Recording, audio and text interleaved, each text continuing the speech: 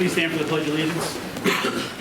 Pledge allegiance to the flag of the United States of America and to the republic for which it stands, one nation, under God, indivisible, with liberty and justice for all.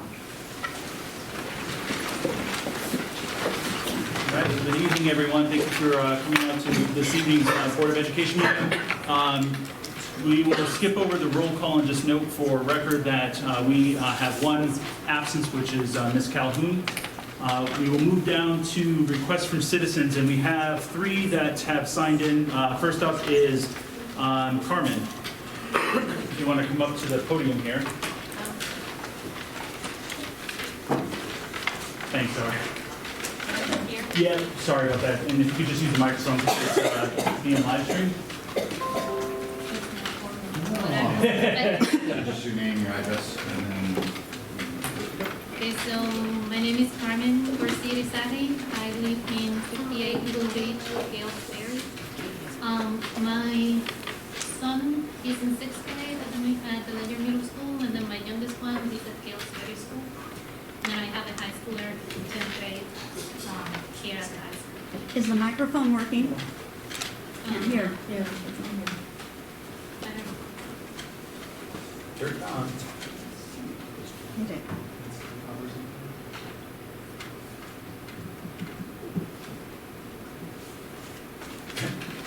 I'm guessing that's a plug-in mic? Yeah. Okay. It comes out so Or is it? It's got a... Sorry, I don't know.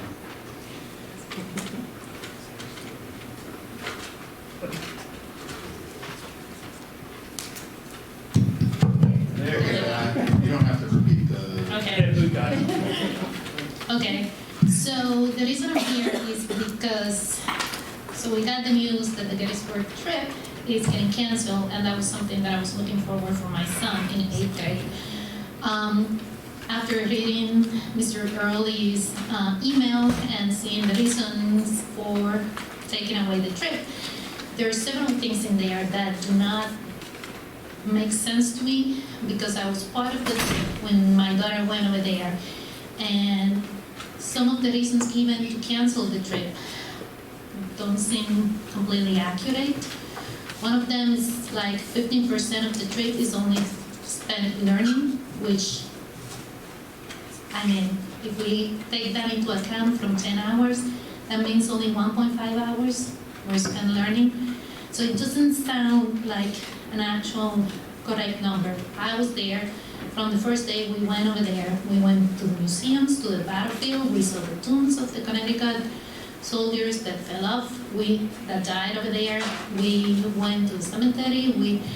The only time that was not spent learning was mealtime, sleeping, travel time, and on the second day, that in the evening, they went to a go-kart place. So that's one of the discrepancies that I'm having issues with the reasons. The other one is that it doesn't align with the curriculum. So my understanding and what I asked my daughter, you're learning in 8th grade about the Civil War. So I can't see how that doesn't align with the curriculum. Also, there have been several numbers thrown out there. I don't have the accurate number for that, but I heard like 80% of the students go to the trip. So if 80% of the students go to a trip, which is a significant amount, why, given the reason that there's a lot of students that are not going? So that's some of the things that do not make sense to me, because I was there, I experienced the trip.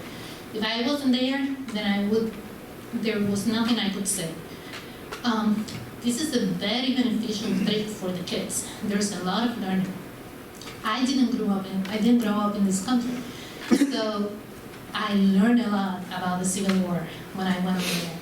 And I think it's a sad thing that they're losing this experience.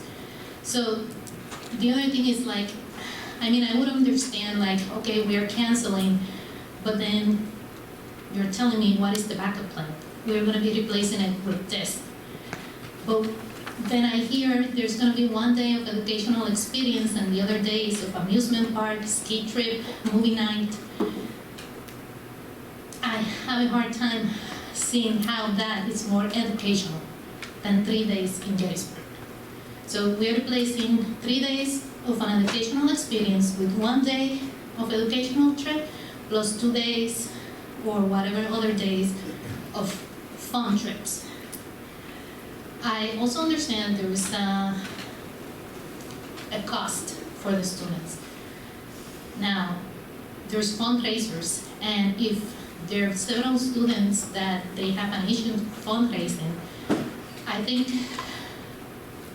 maybe talking with the PTO to try to come up with ideas to go with fundraising activities, would be another alternative. And if we don't want the kids to miss that many days of instruction, then why not try to move the trip to Friday, Saturday, Sunday? That way they only lose 1 day, not 3 days. So I just want to get a better picture of why is the trip getting eliminated when there's a lot of these explanations that do not make sense, and there's a lot of things that are not correct. That's it. Thank you very much for coming up. I appreciate it. And just for the benefit of the audience, so during the public comment portion, we certainly invite you to come up to provide feedback on any particular topic in front of the board. Unfortunately, the board doesn't have the ability to respond to that, but we certainly will take point on any topics that are brought up and follow up with you. Specific to the field trip project or the field trip item that is obviously of interest this evening, Mr. Early is here. The board has invited him to come up later this evening to speak about the field trip, so Mr. Early will be spending more time later on. But I just wanted to give reference the board is not ignoring by not responding. It's just based on how we proceed with normal business procedures for our meetings. So next individual I have is Ms. Williams, and it's regarding school class safety.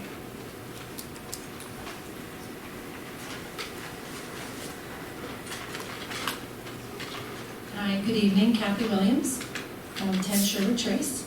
I am here as a mom of 3 students. I have 2 in elementary and 1 in high school, and I've been up here before talking about a similar issue. In the past few years, when we've talked about taking away Ledyard Center by selling that property and having 2, I heard a lot of talk about reallocating what we have, making sure things were a little more, spread evenly. The beginning of the school year at Gales Ferry School, I was surprised to find 90 kindergarten kids and 4 teachers with 2.5 para. And at Gallup Hill, 85 students and 5 kindergarten teachers, and I'm unsure of how many paras they have. And then in first grade over at Gales Ferry, we have about 87 first graders and 4 teachers, and Gallup Hill has 5 first grade teachers and I believe less. And outside of just the numbers, when I'm there as a parent volunteer, I volunteer in classes, I'm very active with the PTO, I'm feeling a difference in the school. Last year we had the preschoolers in our building because of the construction, and I think I had this feeling like, well, next year when we are having our classrooms back with the aged kids for elementary, it's going to feel different. It feels very full. It feels, I'm feeling a unsafety, a not safe feeling. I'm seeing kids that look like they should be, minding manners better than they have been, but they're in these large classes. One of our kindergarten teachers actually had a ball thrown at her by one of her students that had a concussion and was out of school for several days. And these are things that I'm hearing, and it's made me very concerned about class size, about, what are we doing about these really young primary, elementary age kids that are in these large classrooms with not a lot of supervision. And that's one of the most important things, and as a mom and as someone who works with children at the Children's Hospital, is that we need people that are available to help guide these kids in a safe way. I feel like there has not been a lot of transparency because I was told about the 10-day count at the beginning of the school year, hoping that would reflect on changing those numbers. I haven't personally seen any changes, and there could be things that I don't know about. But I'm just feeling a little left in the dark about feeling better about these reallocations with the 2 schools. And we also had a change in Juliet Long, where we now have the Transitional Academy students, I believe they're called, And that was something that just kind of popped up, and they were building a wall, and me and a few other parents were emailing, asking questions. You know, what is this that's going on? Why is there a wall in a hallway where my son used to go for, elective activities? And was told that this is what was happening. And as a parent, I felt like that was something I would have liked to have known about prior to. I understand these students need education like everyone else in town, but I'm not sure where the decision came for them to be in that building, and why those classrooms were taken away from JWL. Thank you. All right, and the last individual on the list, we have Ms. Krapansky regarding the LMS field trip.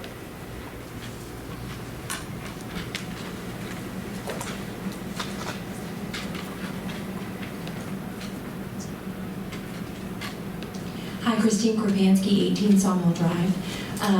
Just wanted to comment on the LMS trip. We don't currently have a child who's due to come up to LMS for many years. Daniel just left last year. He had the benefit of going on the trip. It was hugely beneficial to him and his understanding of what it is that America came from and how it is that we've formed who we are today and the sacrifice that was made for the privilege and the liberties that we have today. So I want to put a plug in on that. Also, the kids do a lot of fundraising, which was mentioned by the previous mom. And I know that their fundraising dollars that they earn are kept in an account. It's told, I know that once you donate to Ledyard Public Schools, it becomes Ledyard Public School funding. But the people who were told that these kids were going to Gettysburg this year and the trip has been canceled have donated. My family personally lives in Colorado. My kid received $200 of his $400 from his grandparents in cash into his account, who would otherwise have not donated to Ledyard Public Schools, which is kind of misleading people for the fundraising last year. So if you don't go to Gettysburg and you don't do an educational trip and you do what's been mentioned, a bunch of fun stuff, I'm not sure my parents would have donated to that either. Second thing I wanted to mention is Lice is alive and well at, let's see, where do we go now? Gallup Hill School, and my particular daughter's classroom has been affected. I would plead with you. I know that it has been policy change. I know it has been beneficial policy change. Can we please get a note home to the parents after one case in the classroom, not two? A lot of it for the lice is prevention. And if you do not give the parents the opportunity to prevent the lice, we don't know about it until it's too late. Thank you. And vote George Hudson, please.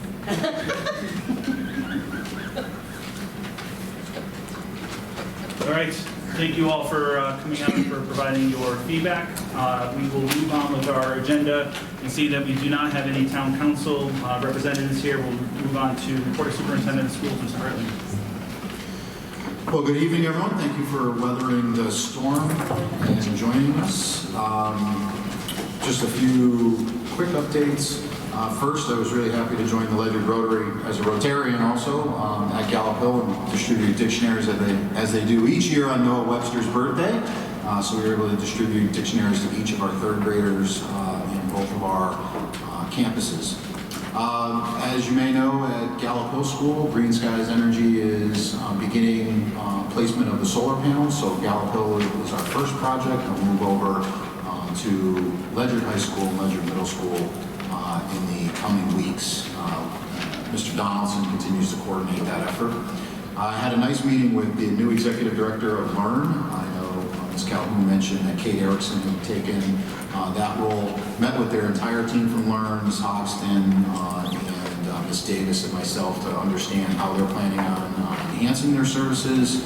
And I think she did a really great job just cultivating ideas on how LEARN can more effectively serve as a regional service center. So again, for those who don't know, LEARN is the regional service center for southeastern Connecticut, and they provide special education services, professional development, cooperatives, efforts on regionalism, and other pieces. And so we work and partner with them as much as we can for efficiencies. Also met with Scott and Monica from Park and Recs to discuss facility usage and really working on how do we better optimize our calendars. They will reserve and block entire weeks which makes it difficult for us to allow other community organizations to utilize our facilities. And so I just say Scott has done a great job collaborating with us, and we'll continue to work on optimizing our schedules. And then just as a fun note, I don't know if you've noticed, we've had a lot less geese around. So we have deployed several measures to keep the geese from invading our athletic fields at the high school, and then we just put a unit over at Ledyard Middle School as well. So we're always trying to help Park and Rec as much as we can and keep our students safe from kind of one Ledyard. Continue our marker space meetings, so our maker space meetings. We have a cross-functional team that's looking at designing and putting together a proposal for LEAF to fund maker spaces at each of our elementary schools, so really excited about that work, and thank Mr. Williams and our library media specialists for working through on that project and each of our principals. The register of voters was in, and we met about using our facilities for voting, so we're ready for the election on November 6th. Again, they expressed their concern that they don't have any storage space in the buildings. November 5th, thank you, sorry. That they don't have any storage space within our buildings, and despite the new construction, we didn't build a lot of closets, and so each of our schools is struggling with space to store materials and such.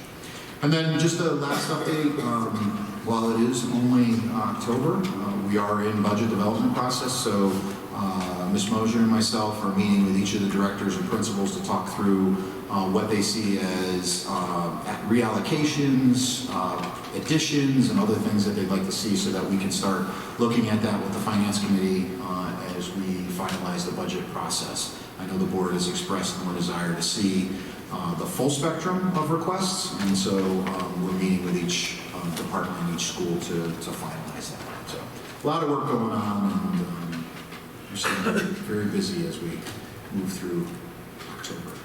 Perfect. Appreciate the update. Any questions, comments from board members? All right, seeing that there are none, we'll move on down to report of LHS school board rep. So this week is Spirit Week. Mine was working really well with a great echo, so yours is... Okay, just turn yours on. Here it is, you got it. Oh, there you go. All right, so this week is Spirit Week, which is always fun. Saturday is homecoming, and we have our Fill a Backpack fundraiser for school supplies. On October 24th, we have the Meet the Choirs concert, and next week our yoga club is sponsoring Because I Am a Girl Week. And I have one concern from the senior class as a whole. Has expressed concern on the construction of the turf field and whether it would be completed by graduation. That's it. Very timely discussion. We'll be getting an update from PMBC and facilities later regarding the LHS track and field project that the board approved. All right, appreciate the update. Any questions, comments from board members? All right, seeing that there are none, I'll turn it over to board member comments. So I'll start first with PMBC. Sure. So first, can I request an addition? Can I request an addition to the agenda under new business and item B, discussion and possible action on the LHS field project? So Make a make a motion. motion, okay? Yeah. So second by Mr. Guerrero. Any discussion? All right, all those in favor? All those opposed? All right, motion passes. So we'll add another item under new business, item B, discussion of possible action regarding the LHS field track project. Okay, so we'll cover that during the proper time of the agenda now. So for comments,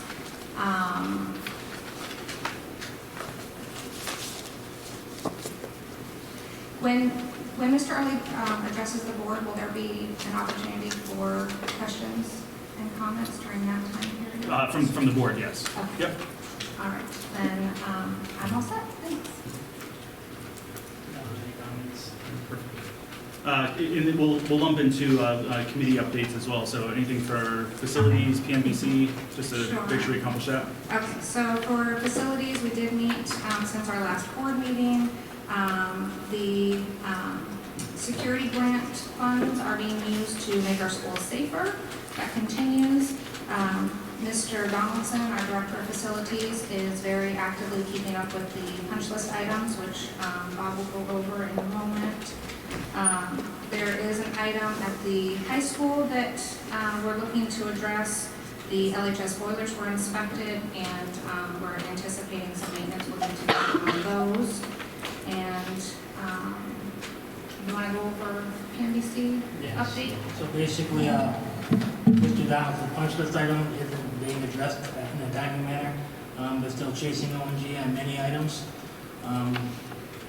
We at the PMBC group did discuss not paying ONG any more retention money until we start seeing bodies in the building to fix everything. So I can tell you no more payments will be going after that until they start showing up.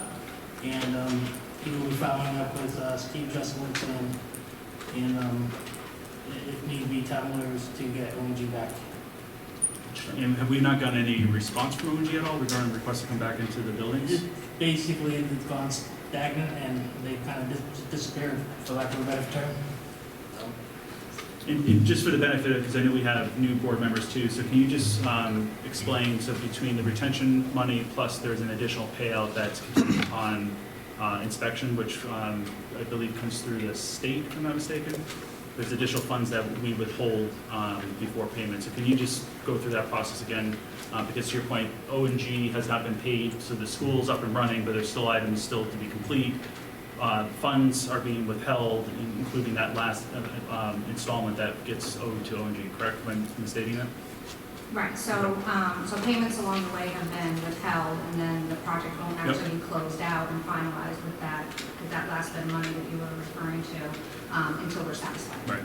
So there's a few items. It's things such as the grass at the middle school field. I mean, that might sound like a minor detail, but we ordered grass, and what's growing there is not grass. And so that's an item. So there's a list of, is it 400? It's a long list, paint chipping into... The treads on the stairs at both the middle school and Gallup Hill. They started failing at the Gallup Hill school, the middle school first. And so we thought, perhaps that was a bad lot, and then they started failing at Gallup Hill, and they started replacing them one by one, but they just keep failing. So we requested that they be completely removed and replaced, all of them. Stair treads, the building that I work at, Electric Boat, the stair treads are probably from the 1960s, and they work just fine. So they should certainly come up with something that lasts more than a year under little feet. So we're just trying to be good stewards of the taxpayer dollars, and our taxpayers have funded this building project, and if it's not acceptable, then they need to make it so. Perfect. Thank you. Appreciate it. Yep, Mr. Hartley. So the term is retainage, and so we have retainage for each segment of the project. Ranges from 5 to 15%. Yeah, very. Depending on the contractor. We are making headway. I will just note, again, for the benefit of the board and the community, that Mr. Donaldson, our facilities director, in addition to managing the facilities of Ledyard Public Schools, is also handling all of these punch list items, and so I just want to recognize the great job he's done. I know it's incredibly frustrating for our staff to have to deal with things not being repaired in a timely manner, but we have a process that we have to go through with the contractor, and we are holding them as accountable as we can, and really it's down to the purse strings to get in there and fix the things. I mean, we've had probably 30 different iterations on the heating and cooling system in the two buildings and battling with control systems, and we're holding them accountable to make sure that the taxpayers of Ledyard get what they paid for, but it is an arduous and frustrating process. We built close to $70 million worth of facility, and we have an owner's rep who's also managing our existing facility. So it's a pretty big lift, and I just want to recognize Wayne's hard work, but also acknowledge the frustration of our staff. It's not fair to them, and it's been something they've been dealing with for 3 years now. And ONG is effectively abandoned the project for we're not seeing the kind of work that we would expect a company of that size to deliver. So we have gotten the vice presidents and the presidents of ONG involved, and we will continue to press and force them to take action. And if we have to incur legal costs to do that, then we'll build that back to the project. not a pleasant thing, but a reality we're facing. Appreciate the update. Ms. Finish. Do you, can you give us a dollar amount on how much is being withheld from ONG? Do you have an approximate ballpark? Several $1 million. About 1.2 million on each building. At each building. At each building. At each building. Excellent. Any further questions, comments for PMBC facilities discussion? All right. Finance. Sorry, Mr. Bronner. Sure. First, under comments, I would like to thank Mr. Early for coming in tonight to address our concerns. So, I know that's coming up later in the agenda, but thank you for coming in. For finance, we did not meet tonight due to quorum issues, but we will meet again in November. We're into budget swing. At the November Board of Ed meeting, we will go over the timeline for the 2020-2021 budget. That'll be discussed and baseline during our finance meeting in November. And again, as Mr. Harling said, they are starting to go through the schools and starting to develop the budget and going down to low. Every year we get down to low-level details. This year we'll present more of that information, which makes a little more slide, maybe a little less reading, but everything is always contained in the budget, so there's never information withheld. It's just a matter of whether it's presented or in a package to read. So we will go over that information again, where we're at, where we're heading at the November Board of Ed meeting. And under negotiations, we'll be starting up shortly with instructional technology. All the other contracts are done for the year. Perfect. Thank you, Mr. Bronner. Questions, comments? I know from a board perspective, as well as the administration, budget time is always exhilarating. We feel like we just get off the cycle, you have a couple months off, and then you start the process all over again. So, but look forward to having discussions in partnership with the administration. Certainly welcome additional community input, not only during our finance meetings, but as well as during these board meetings. All right, Ms. Vidish, I know we have first readings coming up for policy. Any updates you want to provide the group? Yes, we had a meeting in September, and we have 5 policies that we are discussing for first reading today. We also tabled 1 policy of in special education before we rewrite. So we got through the 5 that were on our agenda. We wanted to spend a little more time on special education policy. Awesome. Thank you. Questions, comments for Ms. Vidish?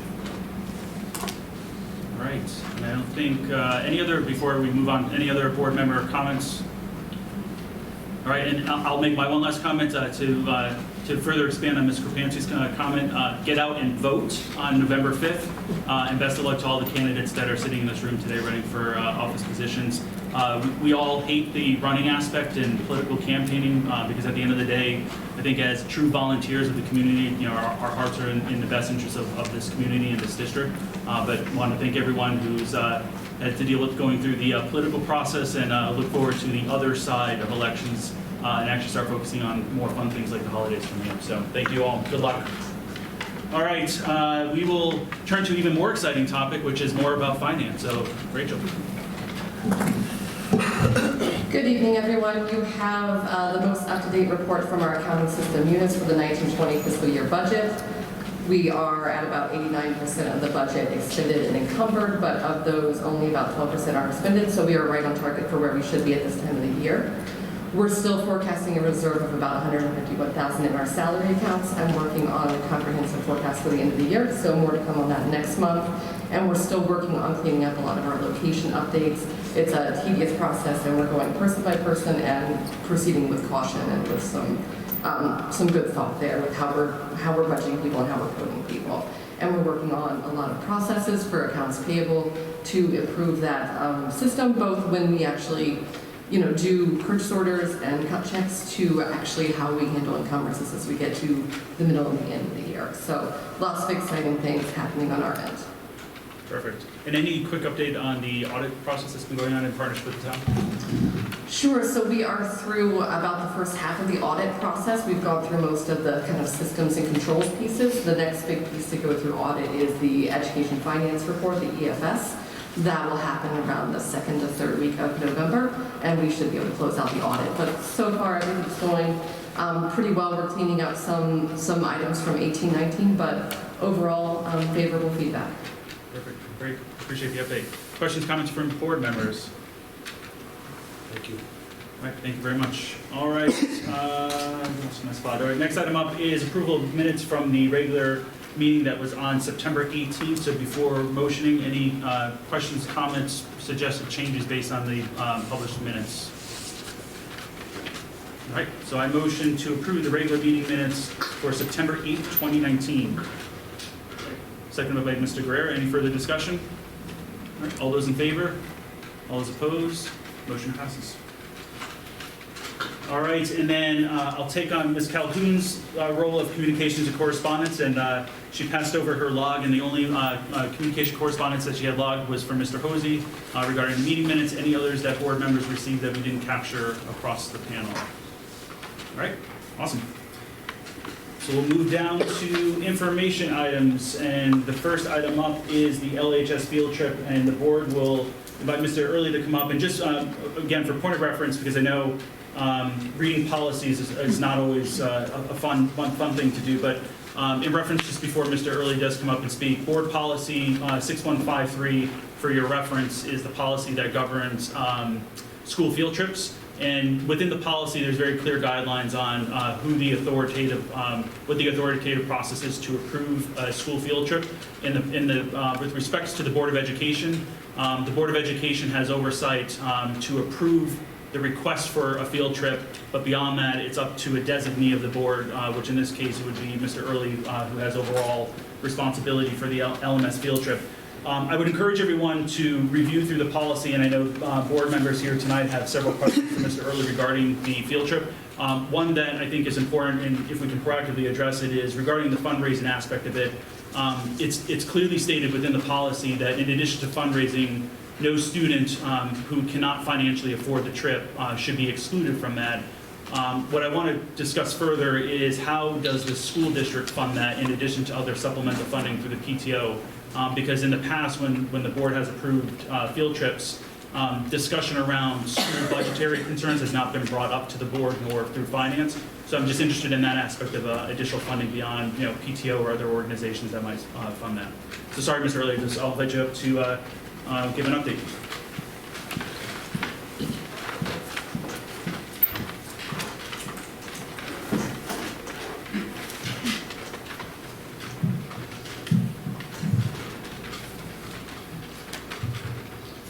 Good evening and thank you.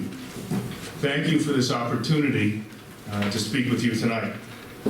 My last 2 months at Ledyard Middle School have been wonderful in so many ways. It started with the collegial support of my fellow administrators, and it continued and developed when I had the opportunity to meet the newly formed staff. That time was brief and meaningful for the first day of school, and I was really looking forward to seeing the complete picture. The vibrance and the purpose of my vision of what Ledyard Middle School truly can be and is began when the students walked through that door. I'd like to thank everyone for this welcoming transition. As I began planning and evaluating the systems and processes at Ledyard Middle School, I knew, based on almost 15 years of past experiences, that the seasoned faculty and staff were the valuable resource of information in which I needed to dive into. During our first faculty time together, I asked for feedback regarding what the faculty felt was working very well at the Ledyard Middle School, what areas they felt needed to be addressed, and what components they felt were vital to a vibrant and ideal middle school experience. This feedback loop and conversation helped frame this year's goals.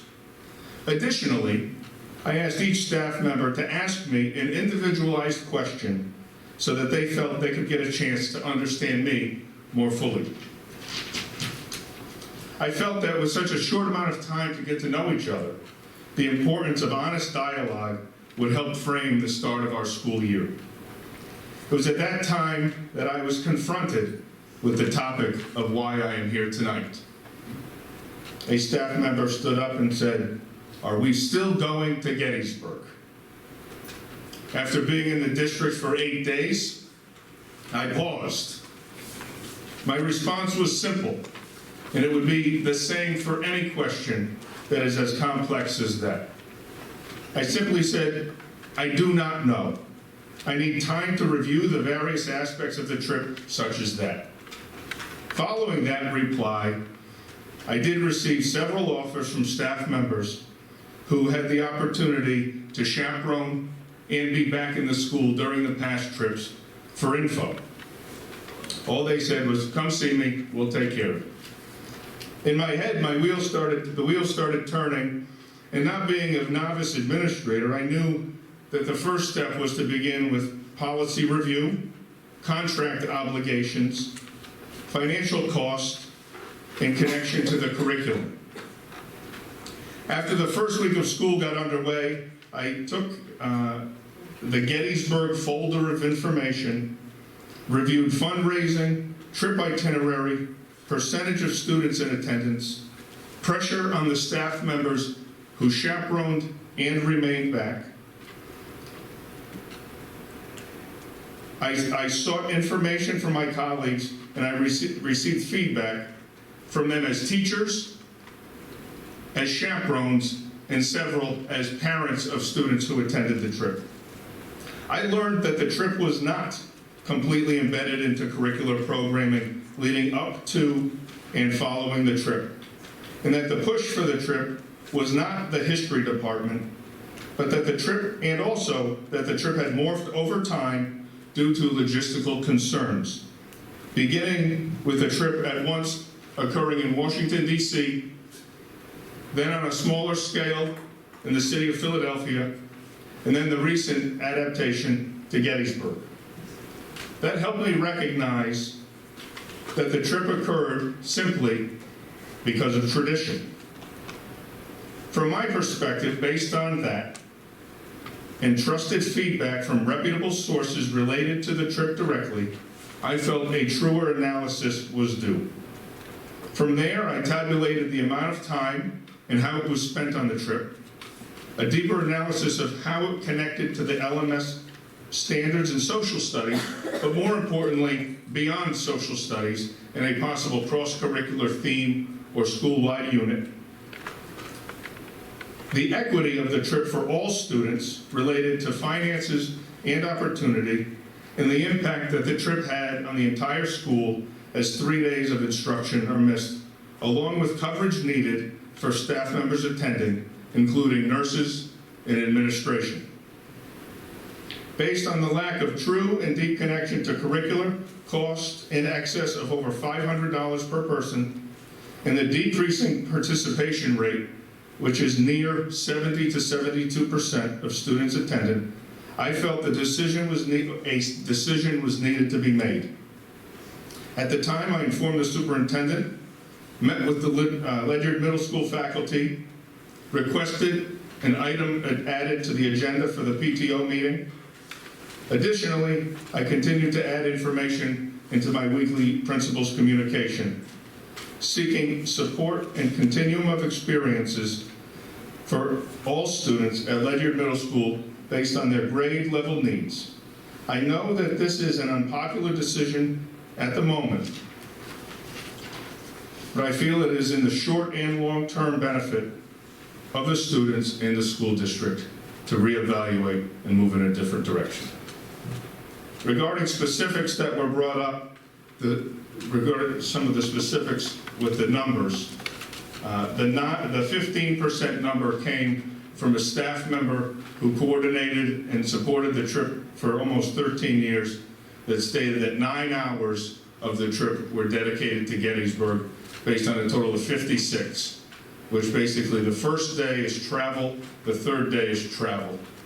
The students involved, just stating the facts of what I was given, I then reviewed the itinerary through the tour company. I met with the tour company in a conference call, and then related to the fundraising, the policy states fundraising should not begin until a trip is organized and promoted and approved by the board. The current funds are in the activities fund account, Right now, there are 34 students that did do fundraising, with the majority less than $60 of fundraising met. When I did meet with the PTO, we discussed different options and ways that they could support. However, the funds that were used there was a one-time donation of $2,400 that has helped to defray the total cost of the trip, which is in excess of $70,000.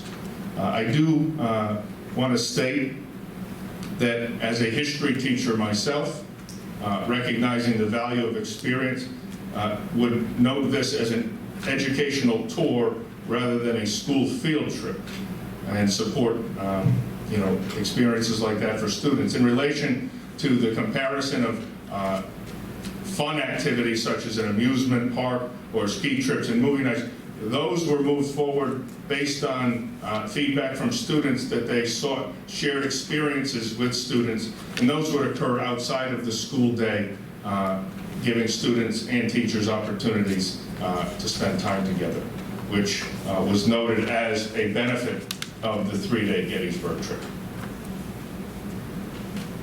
Thank you. Appreciate it, Mr. Early.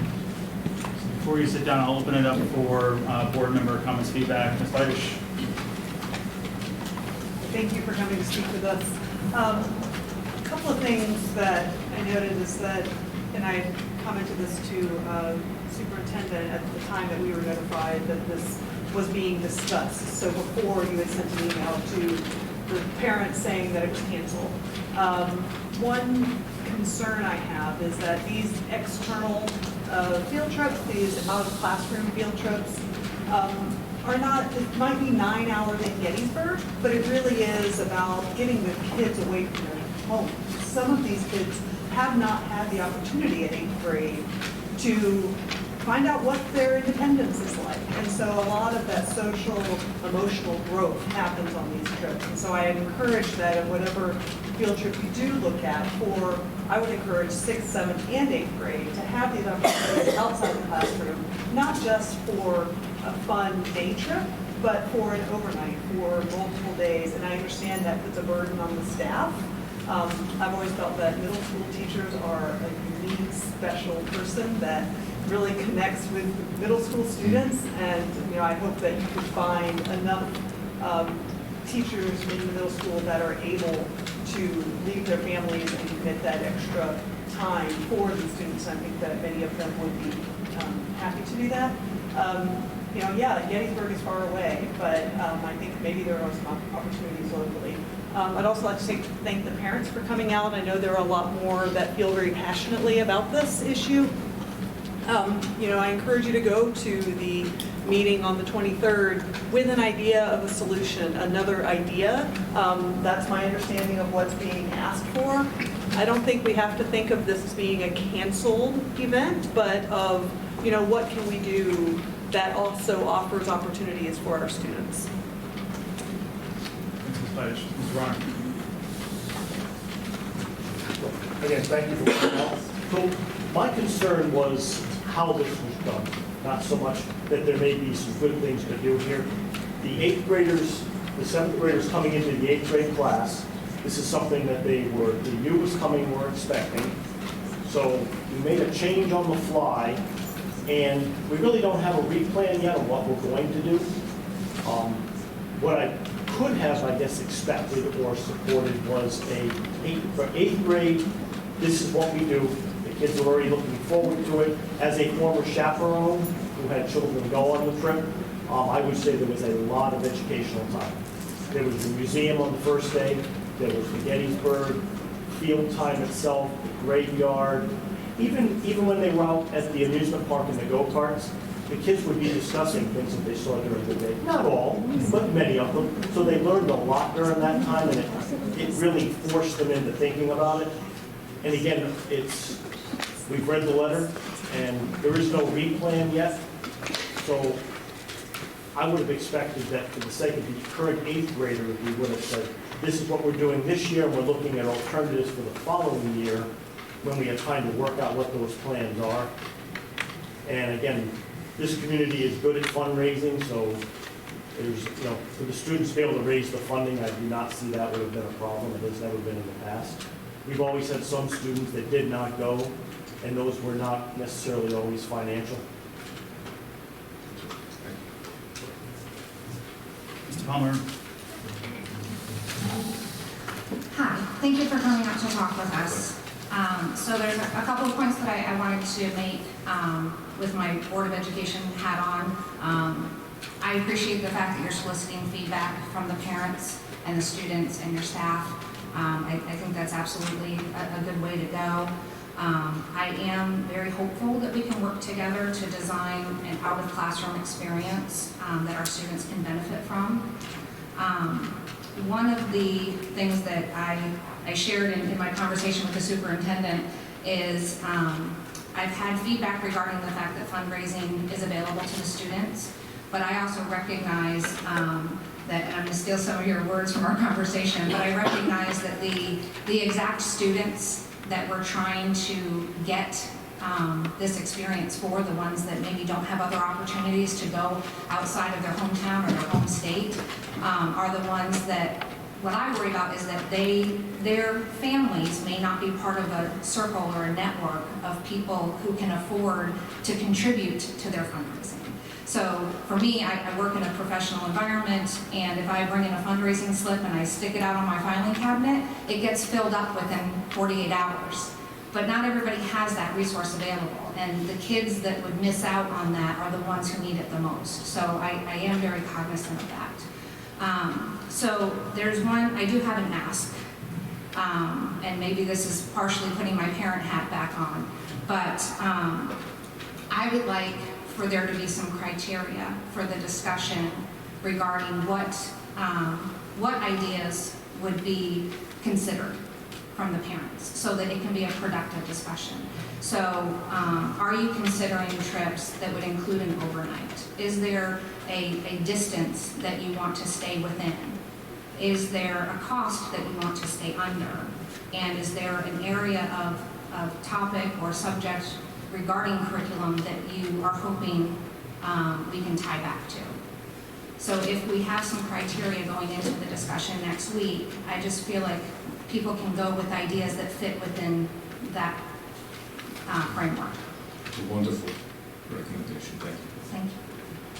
Great, thank you. Sadish? There was something else I wanted to comment on. Following up on Mr. Bronner's comment, I was concerned about the way this was communicated. I feel like it could have been much more transparent and open. Like, this is the first time I've officially heard that staff were concerned and did not want to, or there were some concerns from the staff about continuing this education. I think, that may have carried a bit more weight with parents if they had heard that. It's always hard to guess in hindsight what could have been done differently, but I would suggest that moving forward in decisions like this to having it in the middle of your midweek update was maybe not the most transparent and sensitive way to share this information with parents, to make an attempt to be a bit more transparent with them. Any other board member comments? Ms. Snyder?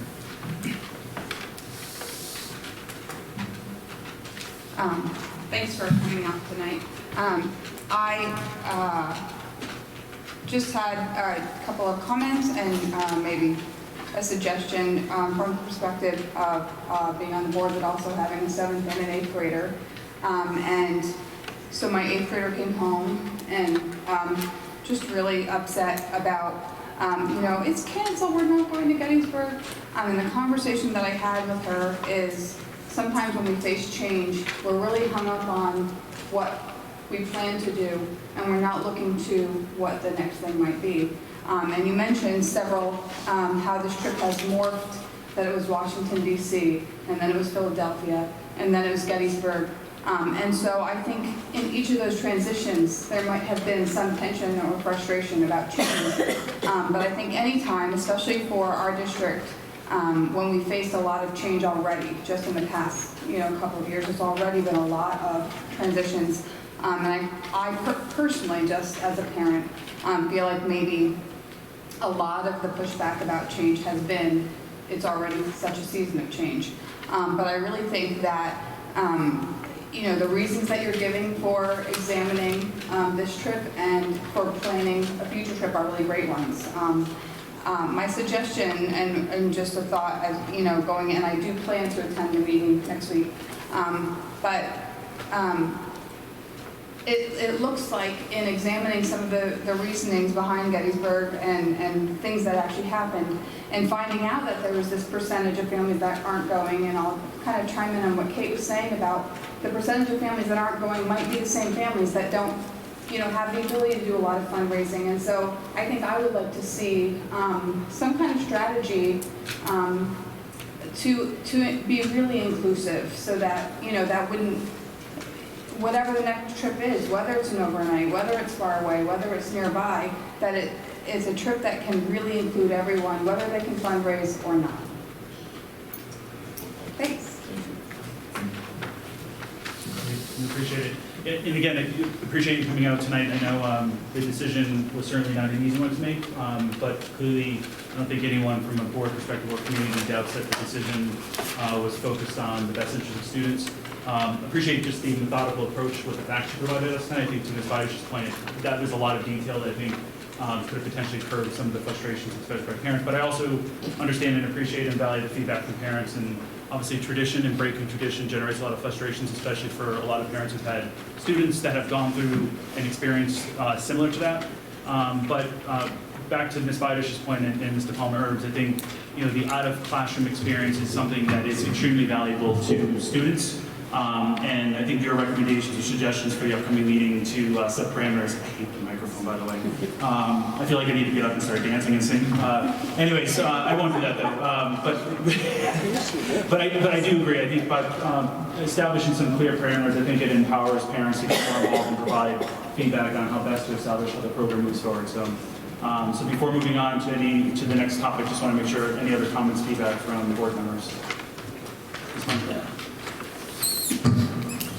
Again, I'm fairly new to what's going on in town, and I have grandsons in the school system, and I just love working with kids. That's why I coach wrestling, things like that. I personally love Gettysburg, and I think any trip that talks about the history of the country is probably the most important thing our children today need to learn. I'd hate to have been you to have to walk right into it and make a decision, but again, I feel that you honestly sat down and took all the facts and got as much information as you can, and that's how you should make a decision. But I agree with, I think it was Mike that said we probably should have kept it in this year and had talked about changing it next year. I personally don't like to change things and disappoint that many people that quick. Again, I'm not criticizing your decision. I'm not the one that had to make it, and I support whatever the outcome is. But personally, I think if this happens to come up and we want to change something, we need to make sure that we stay at a certain point and then change it. Everybody knowing that that change is going to come, regardless of whether it's good or bad or we agree or not. That's the only thing that I see that is wrong. It's not your decision, but basically that one step. That's all. I appreciate it. Thank you very much. So appreciate the details. All right, Ms. Fagan, we'll invite you up for the LAS report.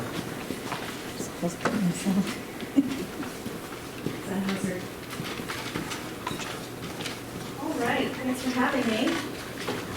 You need to use screen? I do. Okay.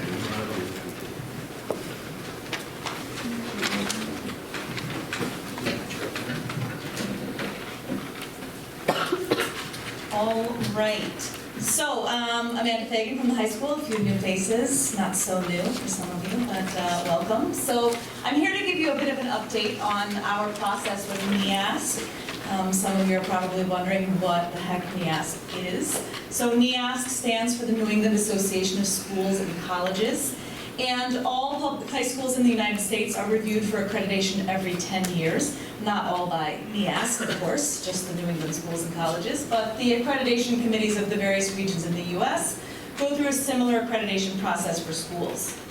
Accreditation matters. You want your high school to be an accredited institution because it certifies that our students were educated to a certain level.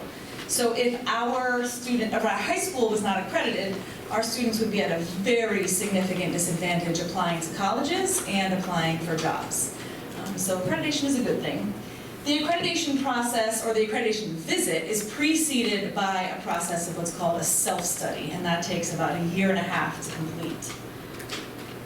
What the accreditation is based on, well, for this current round, of course it changes every time, but up for this one are 7 specific standards. So there are 4 teaching and learning standards: your core values, beliefs, and expectations for learning, curriculum, instruction, and assessment. And you can see from the little image here that they're all interconnected. So your core values and beliefs about learning drive your curriculum, which drives your instruction, which drives your assessment, and right on back around.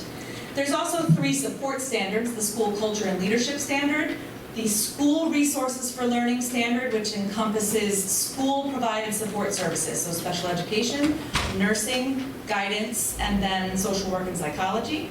And then community resources for learning, which is about our cooperation with the Board of Education, with the Town Council, with central office, maintenance and facilities. So all of those pieces are wrapped up in those support standards. So prior to the visit, which happened in March, we spent about 1.5 years doing our self-study process. And I'm going quickly because many of you have already heard this little story, but there are some who are not quite as familiar. So the full faculty spends that 1.5 years in the self-study. Every single teacher is assigned to one of the 7 standards, and they are busy conducting research and gathering evidence and ultimately writing a standards report, responding to specific prompts and requests for data from NEASC. So each standard has anywhere from 4 to like 21 indicator points that we have to respond to. Our completed self-study report was about 150 pages, what we sent to NEASC, plus stacks and stacks of evidence. So each standard report is about 15 to 25 pages total, and so while only a portion of the faculty is working on each standard report, it ultimately is shared with the full faculty for review, revision, and approval before we move on to the next one. So although teachers only worked on 1 standard each, they had a voice in all 7 standards. So we submitted our full self-study document in early January of 2019, and our visit, the decennial visit, every 10 years, happened in the end of March 24th to the 27th of 2019. It's worth noting that it's actually an 11-year gap for us this year. We were last visited in March of 2008. The reason why they bumped us out a year is because NEASC is in the process of changing over their standards from the 2011 standards to the 2020 standards. So they bumped a bunch of their schools back a year. We happen to be one of those. The decennial visit, 16 professionals come from all around New England. They are teachers, classroom teachers, they are building administrators, they are district administrators. It's a combination of 16 people from a variety of fields of expertise. And they come to us for 4 days. It begins on a Sunday, and they will stay with us through till Wednesday. And in that time, they visit with a whole bunch of student groups. So it's not just reading our report, check, good job. They're sort of verifying the report by speaking to all sorts of cohorts. So they spoke to a number of group of students. They also, all 16 of them, shadowed students for 2 blocks on Monday, which I'm sure was not awkward at all for those kids. They also met with teachers. So on the Sunday, they met with 32 individual teachers, each one for a half an hour, and they walked them through a specific questioning protocol. And then during the visit on Monday and Tuesday, they met with 2 more sets of teachers that they wouldn't have seen on Sunday. So altogether, they saw almost every single faculty member individually. And the only reason why not every single faculty member is just if prep periods or obligations didn't line up exactly right. They met with 2 different groups of parents. And parents we invited based on trying to cover all 4 grades. Out of district versus in district parents, parents from whose students have lots of different interests, so agri-science students, music and art students, students who favor athletics, students who are really high achieving, students who struggle to find their way, so we wanted to have a variety of voices for them. They met with the district administrators, the building principals, and the central office administrators. They met with the Board of Education. And they also met with facilities, and they do an extensive facilities tour, which was also very exciting for them. Some of them had never seen things like a boiler room, which is really weird. So they do their visit, they're with us for 4 days, they disappear. for a long time, and then we receive our draft visit report from the visiting team chair. So that came to us right at the end of June. It wasn't actually that big, but it felt like it. And so I spent some time this summer. The principal's responsibility is to review and provide feedback on that report. So I went old school, actually. I hand wrote my feedback on the copy, made a physical copy, and mailed it to her. This is very old school, like a little snail delivered it. And then we spent another series of 3 days in a row, about an hour and a half each day, just on the phone, going through page by page and talking about the feedback. So the feedback, sometimes it's straight up disagreement. Sometimes it's me saying, you missed this. This is not right. What you've written here is not reflective of what's going on. Sometimes it's clarification, simple things like she is the visiting team chair, referred to our child development class, which runs a preschool. She was calling it life skills throughout the report. For us, that's a key distinction because that's what we call our profoundly disabled program is our life skills program. So just, corrections of names and things, specific terminology. And to be fair, sometimes I won my arguments and sometimes I didn't. The English teacher in me wanted to nitpick every word and comma, and she was like, can you seriously stop now? But it's good. What I think comes out of it is a very fair report. So I have in my possession the final copy of the report with an asterisk because there's just a tiny caveat to that, because although I have that report in hand, it's actually not approved yet because NEASC only meets quarterly. So we just felt at kind of a strange time for their meetings. So October 21st and 22nd is the next meeting of the commission, and that is when our report will be officially approved. They will not be changing anything in the report that I have. They make very clear in the letter that they sent to us that this is it, there are no changes to be made. The final approval process is to assign us one of these 4 outcomes. So there isn't, per se, a final score. We won't get a, acceptable or exemplary. We won't get a rating, per se. We are one of these 4 things. So we could have continued accreditation with a 2-year progress report requested. That's the norm. Everyone has to do a 2-year progress report. We could have continued accreditation with a special progress report and then a 2-year progress report. That would be if we had something particularly troubling. Continued accreditation placed on warning, that would give us probably several special progress reports and a 2-year report. As a frame of reference for those who were here for my NEASC preview, we were placed on warning in 3 categories, 3 of the 7 categories in 2008. And that was community resources for learning, and we were in a very difficult budget cycle at that point in time, curriculum and assessment. And I shared with the board at that time the vast steps we had made in a decade, and so I think that's reflected there. But if we were to be placed on warning for something, we'd have a special report. The final thing, which I feel like I can really safely assure you is not going to happen, would be continued accreditation, but there's cause for probation, which would be like, pretty bad. I probably wouldn't have a job anymore. Neither would Mr. Hurley. So we expect to receive one of the first 2 options. I don't want to be overconfident, but I feel like we're going to get the first one. But it's possible that we could have a special report. But I think more than likely, yes, our accreditation is going to be continued. Teachers are working so hard. The kids are trying all kinds of new things. There's a lot of cool opportunities here for kids. There's always room for growth. You'll see that with our SAT scores in a few minutes. But in general, things are moving in the correct direction at Ledyard High School. So once the commission votes to approve our report, they will give us our formal notification letter, and that formal notification letter will give us highlighted commendations and highlighted recommendations. So at the end of each standard in the report that they've given back to us, you get commendations and recommendations. And there's probably, I don't know, if I had to just ballpark it, there's probably 75, 80 of each of those. They give you, 5, 6, 7, 8 commendations, 4, 5, 6 recommendations for every standard. Just things to look at, things to pat yourself on the back about, things to continue to refine.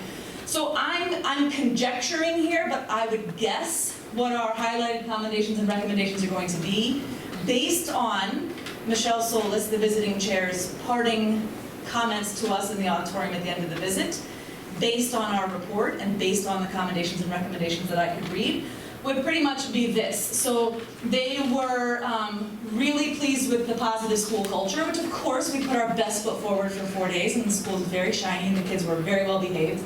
But that's not so different than the norm. They were very pleased with the relationships between kids, the respectful rapport between adults and students. So that was a good thing for us. They were really pleased with our curriculum documents in general. Again, massive growth from the 2008 visit. We still have some work to do in our elective areas, which I'll talk about in the recommendations as well. They like the ongoing link between curriculum instruction and assessment.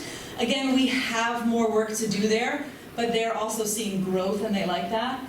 They're very happy with the comprehensive nature of course offerings. Like everyone, they were deeply and madly in love with our agri-science program and the well-timed baby lambs that were in the barn for their visits. So that didn't hurt. And they were also very pleased with the integration of technology and with the work that we do to integrate the skills of our library media specialists and the resources of the library into the classroom. So I think those will be some of the things that they sort of highlight. What they will recommend, some of these we've actually already addressed. So a piece that they were very concerned about is staffing. Specifically, a school with over 400 students is meant to have a full-time library media specialist. Our library media specialist was a .8 at the time of the visit because she worked 1 day a week at the middle school.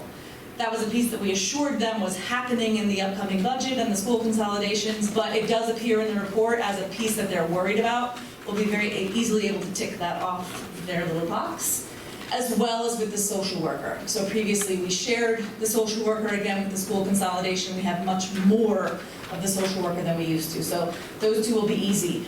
They were dismayed at the state of athletic facilities fairly, and that's a piece that we're working to address with a few speed bumps here to be addressed shortly. They were very focused on transportation and the lack of late buses in the district, which I think is a concern, obviously, district-wide. They touched, too, on the curriculum revision cycle. So in the past decade, we've done, again, massive overhauls of English, math, social studies, science, and agri-science, aligning to national standards. What we've not touched are elective courses within those areas, and then some of our other areas of concentration outside of that. So family and consumer science, business, health, PE, music. So they have written curriculum, but it's more than a decade old. Typically a decade is sort of your marker. So a lot of that work was done in like 2007, 2008. So, you know, it's elderly. It just needs a little upgrade. Grading practices, which is part of our ongoing conversation here. Some of you, it's way too much to talk about now, but to give zeros or not to give zeros, to accept late work or not to accept late work, to use a standards-based scale versus a 0 to 100 scale. So a lot of conversations, long-term conversations to have there. And the last piece is the vision of the graduate, which you might recognize as our core values, academic and civic and social expectations. It's just the NEASC 2020 version of that. So what is it that we hold to be critically important as educators? What are our expectations for student learning academically? Right now, I know you can't read that poster, but reading and writing, speaking, critical thinking and problem solving, and research. Probably not going to look a whole lot different than that. Those are still 4 pretty essential skills.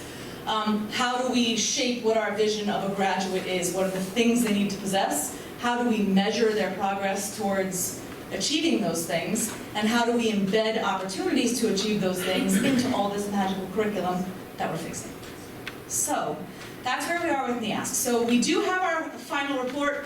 We will get our notification letter probably the first week or 2 of November once the commission gets through and sorts out all of the schools they need to notify.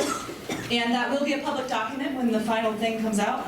It's a really great reading, 105 pages. It'll be at the libraries. We'll be online on our website, so you can all pour over it. Just warm cup of tea and some snuggly socks.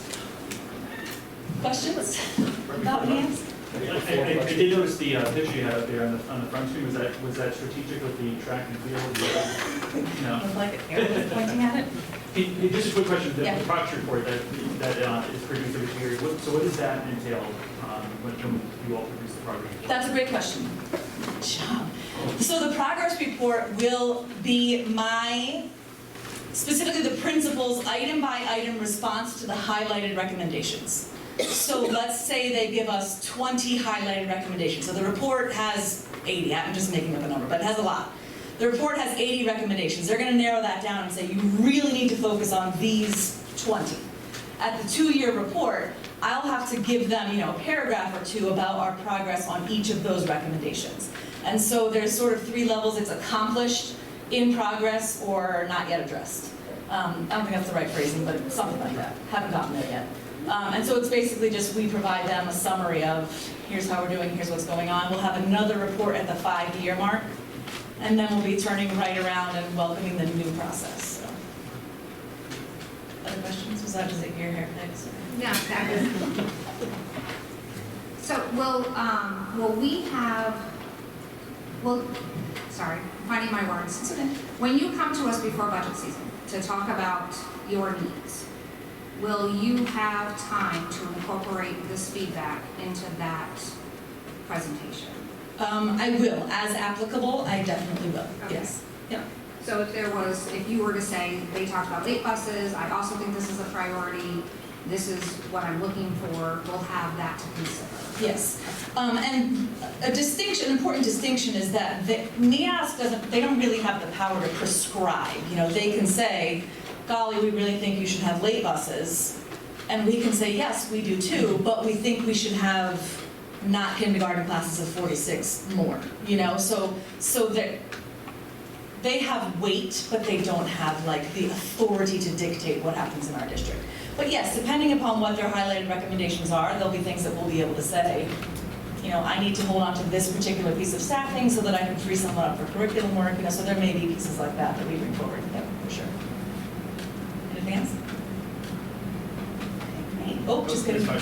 No, I just wanted to thank you for your leadership through this. I know it was a lot of work to organize the staff to contribute and have their voice heard and their points made in this document.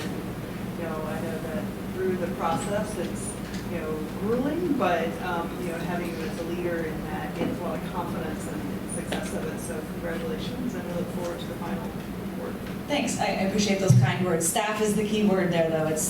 It's a tough time for teachers because they're still doing everything they're normally expected to do for that 1.5 years of the self-study, but also researching, interviewing, compiling, writing, so it's a lot. But it's great PD because it really gives us the opportunity to look at what we're doing well and what we need to be working better on, and so it's a good thing. Thanks. Thanks, Jay. Maybe they'll come back and say these chairs need to be replaced. They might. They're super. All right. Ms. Huxton, Smarter Balance. All right, just go right. Sure, let's do this. Good evening, everyone. Amanda's going to be joining me shortly, but I'm going to start off this evening. We are here to share the 2018-2019 state assessment results. I'm going to cover the Smarter Balanced assessment results that is given to our 3rd through 8th graders, and then Mrs. Fagan is going to follow by talking about the SAT results. So we're going to jump right in here. We're going to start by looking at the Smarter Balanced achievement results. The achievement results basically look at the number or the percentage of students that meet a goal. So when we did kind of an overview and we looked at our achievement results, we noticed a couple of things. First, we noticed that we were performing almost on par with the state average. We improved in grade 6 ELA, as well as grade 4 and grade 6 mathematics. We also noticed, and you will see when we turn to the graph shortly, that we had quite a spike in our scores during the 17-18 school year. And when we got our scores this year, quite frankly, I don't think we were surprised that we dipped a little bit, because throughout the course of this past year, we had some concerns. And I just want to highlight those before we get to the graphs. One of the things that we noticed is that we had a lot of new teachers at some of our tested grade levels. We also noticed that, and you'll see this in our graphs in a moment, that we had an unusual number of teachers who missed an extended period of time for a variety of reasons. And not that I'm proud to say this, but during our 2017-18 testing administration, we did not properly adhere to the state guidelines for administering the alternative assessment to our special education students. Basically what happened is we tested too many students using the alternative assessment. So when I came on board as the assistant superintendent, I think it was late November, that is one of the first things that I needed to address because part of my position is the district testing coordinator. So I had to go through all of that data and make some changes. And so I am proud to say that during this past year's administration, we were able to reduce those numbers by about a third in the district, and at grades 3 through 6, we were able to reduce that by about 43%. I say this because I think it's important that we understand that it was a necessary adjustment, but more than that, I think morally it aligns with everything that we stand for here in Ledyard. We are here because we want to educate our students and set high standards for all of our students. And so with that said, we're going to look at the graphs, and we're going to be looking over the course of a 3-year period. This particular graph shows how our students did against the state.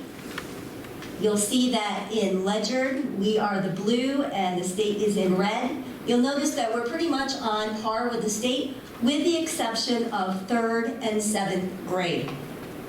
When we did a little bit more digging into the data, we noticed that in 3rd grade, we have 8 teachers, 4 of which were new to the grade level and or to the profession. And so when we pulled their data, we noticed that their scores were about 20% less than their colleagues who had been teaching in the district for a while. That's not to say that we don't have marvelous teachers, it's just the reality of teaching or starting a new position, and that's why professional development and ongoing mentoring is such a critical piece. I'll talk about the 7th grade on our next graph. I think you'll see why. This graph shows our 3-year trend data in English language arts. I would call your attention to the grade 7. You will see that we have a downward trend. We were not surprised by that. We didn't have to wait for these results to come back to know that things maybe weren't exactly connecting with all of our 7th grade students. So this summer, we brought together a group of teachers and we reworked this particular curriculum. And we didn't stop there. We also went back and we looked at the 6th grade curriculum to make sure that we were really connecting 6th grade and 7th grade together. So you will see the spike, as I mentioned. I'll take a question in a second. And you can see that, yes, we did dip, but when we look at the trajectory over 3 years, we did make some gains in grades 4, 5, 6, so those are some things that we have to hang on to. One more thing before we move to the next slide, and I'll take your question.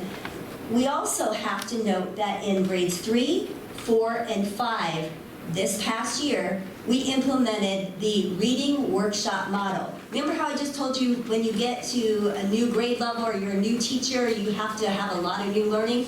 Well, all of our 3rd, 4th, and 5th grade teachers had a steep learning curve last year. So we are excited that we have implemented, and we're going to probably have to wait a little bit before we see the fruits of our labors. Do you have a question? I do, about this graph in particular, if you don't mind. Sorry for the interruption.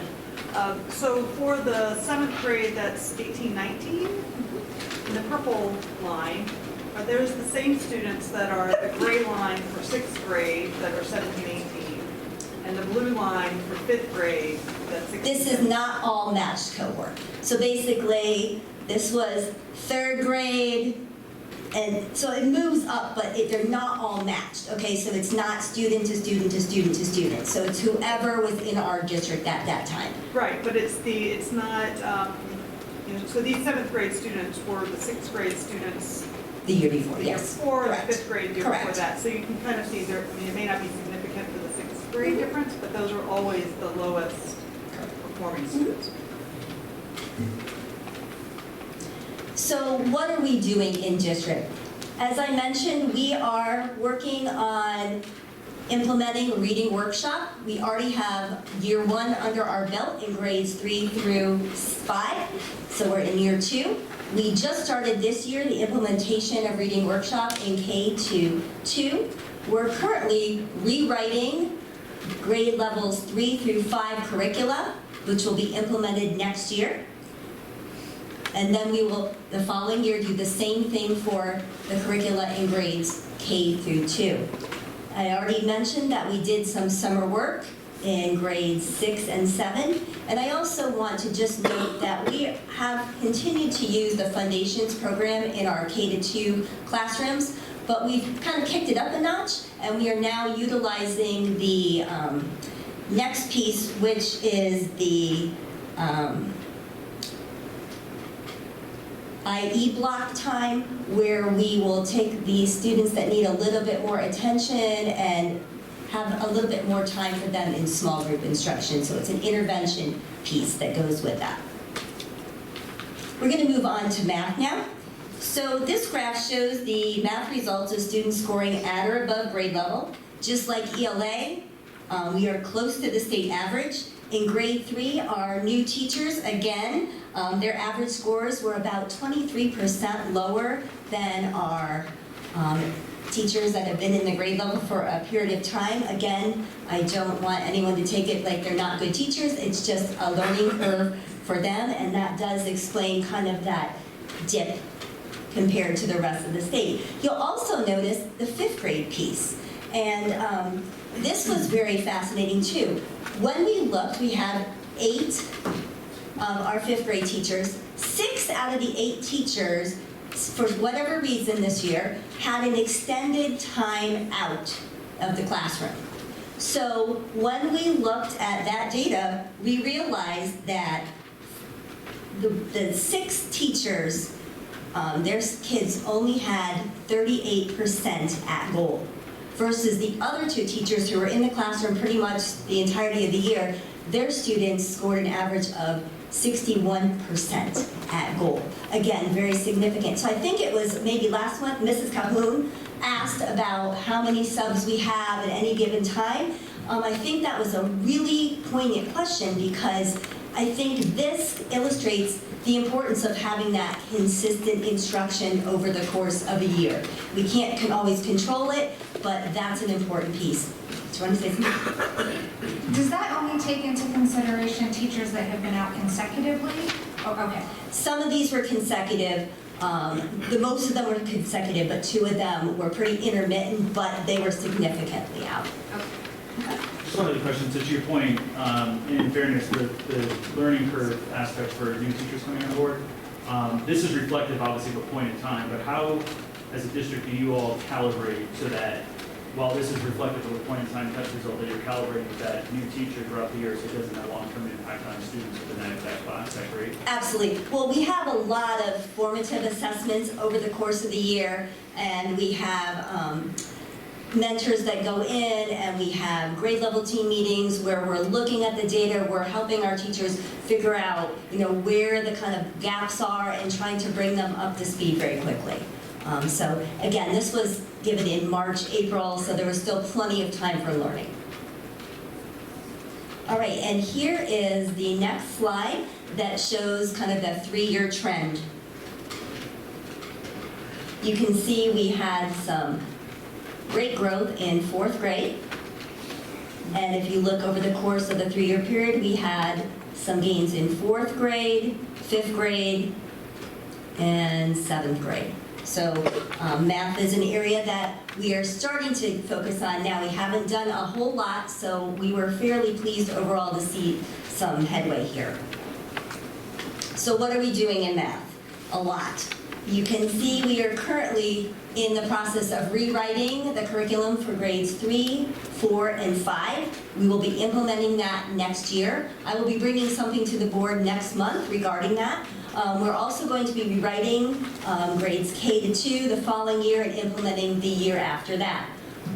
One of the exciting pieces, again, I think this is coming to the board in the next meeting or so, we are working on creating an accelerated math grade 6 class to kick off next year. And as we do that, we will probably go ahead and revise the grade 7, so again, that they connect more cohesively. I think it's only fair that I point out that we have 2 curriculum people that work in the district.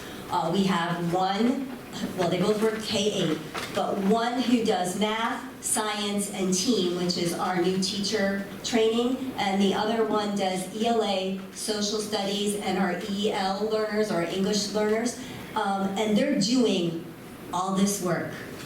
And they're mentoring, and they're doing coaching, they're doing a lot. And so I just want you to understand the value that they bring, but also the drain that we have on them. And it's not just them, it's all the teachers that are writing the curricula. It's all of the teams that are coming together to look at the resources and try to organize everything. And it's the teachers in the classroom that then have to learn all the new curricula and learn the new pedagogy and know how to deliver it and work with their students. So this isn't just a checklist. This is ongoing. And again, like I said before, it's going to take a few years to take root and really get moving forward. Yes? On the, can you go back? Yes. So as far as the rewriting the curriculum, in this case for grades 3 through 5, that was already planned. That's not as a result of how we're doing on the testing. It was already planned. Yes, as Mrs. Fagan said, we kind of have a timeline for all of these rewrites. And so this was timing. But we are moving very quickly at the elementary level. We're basically doing 2 years of this, 2 years. I mean, we are moving at light speed because we have to keep up. Thank you. The other aspect of Smarter Balanced isn't just looking at how many students are at goal, but we're also looking at growth results. How did our students grow? And so a growth target is basically the percentage of target achieved. So for example, if you go down to the second bullet, if a student is in 4th grade and by the end of the year is supposed to score 200 points and only scores 100 points, then they've only achieved 50% of their target. And so all of these are compiled and then we get results. This is a part of the next generation accountability system. I think I shared that in April of last year with you, and this is just kind of the beginnings of this data. When we did kind of a broad brush, we saw some improvements in grade 6 and grade ELA, improvement in grade 7 math. Again, you're going to see that score spike, that kind of anomaly again, but we did make some gains over the course of the 3-year period. So let's take a peek. This is ELA.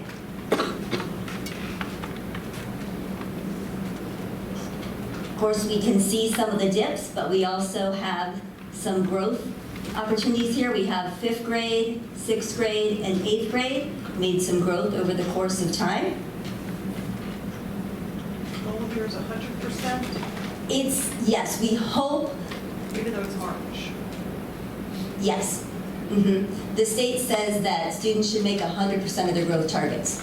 By March? On the test, yes. I mean, there's a testing window till, like May, June. So, I mean, depending on where, yes, but 100%. Mm-hmm. And then here is the mathematics targets achieved.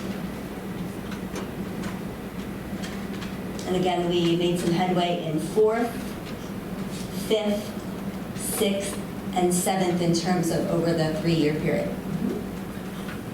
So I'd be interested to see, students that start at grade level at the beginning of the year, might be reasonable for them to achieve 1 year's growth by the end of the year. And I'd like to see the students that are below grade level achieve a year's growth, even if they're not making it to the next year yet, but make that year's growth. But the students that start above grade level, I think it's a lot harder for you to measure the year's growth. And I'm concerned about that. skewing your data a little bit. I mean, I want them to grow a year as well, but I don't know that your test measures that. And if you could speak to that, please. Well, the state has figured, you know, they have their little plug-in metrics, and so theoretically, they have accounted for that. So a student who is a top student should still make a certain percentage of growth, or a certain growth, and then they reach that percentage or not. So I think this is probably more fair than just looking at achievement.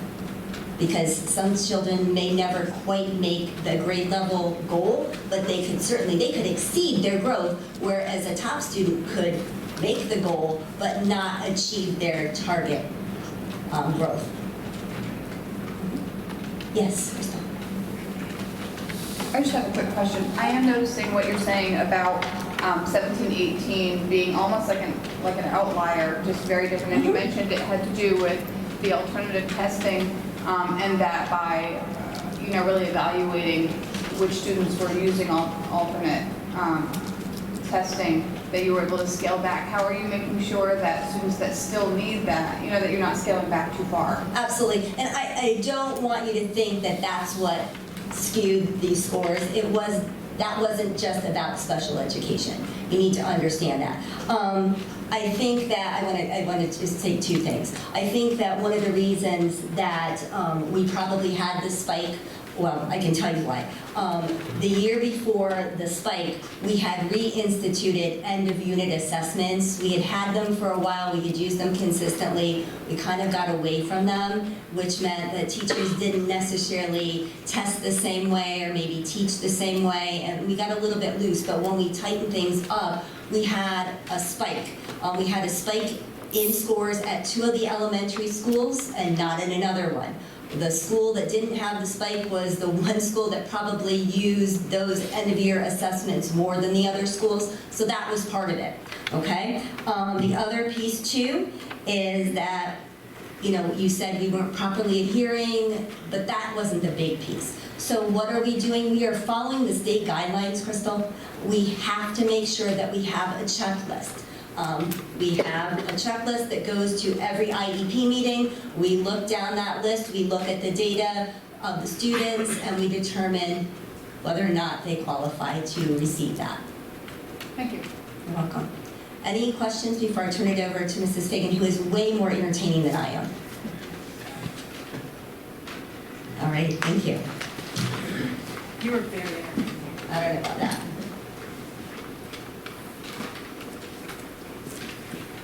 All right, so on to SAT data. So, my slides aren't as pretty. Oh, they are. So, I had the doctor look. Our documents didn't collaborate very well. So, the cohort of students that I'm talking about is the class of 2020, so our current seniors, and we are talking about their performance on the school day SAT in March, and a little bit about their PSAT performance leading into that.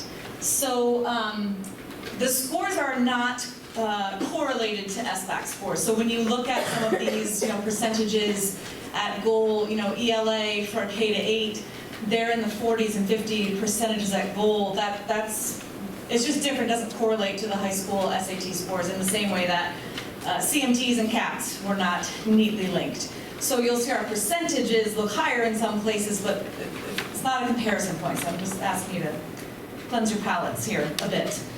So the Connecticut School Day SAT, this is the accountability test for high school students. Several years ago, it was for a long, long time, it was the CAPT test, the Connecticut Aptitude Proficiency Test. Then it was the Smarter Balance Assessment for a couple of years, like the K to 8s do. And then the state of Connecticut made probably the smartest decision they've made in a long time around testing, which was to make the accountability test for high school be the SAT. Why that's a smart choice is because it's actually a standardized test that many students already care about, and it's a standardized test that has transferability for students. So there was pretty much no college in the universe, including UConn, that was like, wow, show me your CAP scores. They didn't care. Those scores didn't have any meaning. It was tough to get kids excited about taking a test that was, measuring how good a job we were doing as a school, but that had no benefit to students. The SAT has benefit to students and they see that. So it's a little easier for them to invest in it. It's also easier in some ways for students to prepare for it. Of course, things that they are learning in school naturally through English, social studies, science, believe it or not, and math, go straight into the SAT. But additionally, Khan Academy, which many of you have heard of, it's a nonprofit online tutoring program, which began truly as a man who was creating YouTube tutorials for his niece, who was taking a math class that was far too challenging for her. And he started noticing that his videos were getting all of these looks. And he was like, what's going on? Turns out there's a market for people needing help, and this launched Khan Academy. Khan Academy has partnered with the College Board. I'm sure there's money in this somewhere for someone. But what it does is provide personalized practice opportunities for students. So they link their College Board account and their Khan Academy account. Khan Academy then knows which items they did well on the PSATs, which items were a challenge, and will feed them practice and tutorials to help get at those deficiencies. So we push that link. Can we enforce that they're actually using Khan Academy at home? Not necessarily. Some teachers have integrated it in as homework or as actual in-class math work in some cases. But it's a great way for students to get targeted practice. They also get really specific feedback from their PSAT results. So they see exactly what their answers were, whether the answer was right or wrong, what the correct answer is, and they can actually go right into the College Board website and see the actual item. So it's possible for students to really shape their scores. So let me just show you, this is just in isolation. This year we are blue. The state is that orangish red color that you're looking at. So on the critical reading side of things, our students, this is class of 2020, average of 518, state average is a 515. And then over to the math, 499 for Ledyard, 501 for the state. Again, the framework that you're looking at, the highest score for the section is an 800. And 800 is a really astoundingly good score. But you get 200 points for writing your name, so that's a bonus as well. This is backing out a little bit, but this is, to be clear, to the point that Mrs. Nadish made earlier, this is apples to oranges to bananas to lemons. This is 4 completely separate cohorts. Yes, we would love to see that chart move in a northeasterly direction interminably, but these are different kids that we're looking at. So when it says 2019, that's the year of the test. It's my class of 2020. So class of 2020, you can see it's a pretty significant dip on the English side of things. And the same is true, oh, just kidding. Oh, this is the total. Got it. Okay, gotcha. So this is the total, sorry, this is the total score. This is looking at the breakdown now. So critical reading scores, again, over 4 years. So 4 separate cohorts here. This is where we are. In reading, our students, actually statewide, students do much better on the reading than they do on the math, although the benchmark for the reading is only 480, where the benchmark for the math is 530, but students do much better typically on the reading. And these are our math scores over 4 years. So a little bit less of a variation, still a dip in this last year, but less of a variation across the 4 years. So I want to show you, I had this other great slide in here, but it was my fault. I thought I could still edit. So before I show you this one, I want to actually just talk about percentages, because these numbers, I think, can look a little disheartening. Dang, you know, those poor 2020ers, they're real dim. They're not, Annie, you're the greatest. I want to talk about percentages at the benchmark. So you'll have to just imagine this really nice slide that isn't in there. But so 3 years ago, 70% of our students were at the benchmark for reading, 70%. The next year, last year, 72%. This most recent year, 68%. So you see, it looks like this very dramatic drop. 70, 72, 68. So we're still right kind of in that same area, percentage at benchmark for the reading. Same thing for math. So again, looks like a pretty dramatic drop. And it is more pronounced when you look at the percentage. So 2 years ago, 42% of students, Ledyard students, were at the benchmark for math. 50% last year, 41% for this most recent. So 42, 50, 41. So still significantly better than the state, where only 1/3 of students in the state are at the benchmark for math, which is part of a national ongoing, fairly tragic achievement gap that needs more attention from Ledyard and from someone a lot smarter than I am. This is the piece, though, that I think is interesting, and again, gets back to that. Oh, yeah, go ahead. That's a quick question. So Yeah. all 4 years, all students were required to take the SAT? Yes, this is our accountability test. It is part of the All 4 graduation years. requirement. Yes, yep. So that's a great question. So these data points, this is when the SAT became the required test for us. So this is looking at 4 years of the required accountability test being the SAT. So this one now, this takes away the apples and the oranges and the bananas and looks just at the lemons. So this is just the class of 2020. On their PSAT 10, that's the light blue, their PSAT 11, that's the dark blue, and then their SAT, which is that weird yellow color.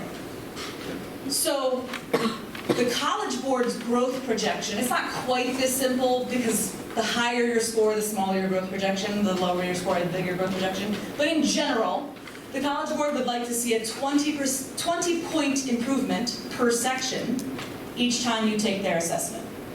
So I tried to put you in white here what the growth was. So from PSAT 10 to PSAT 11, this cohort should have improved by 40 points overall. They didn't hit it, they hit 30.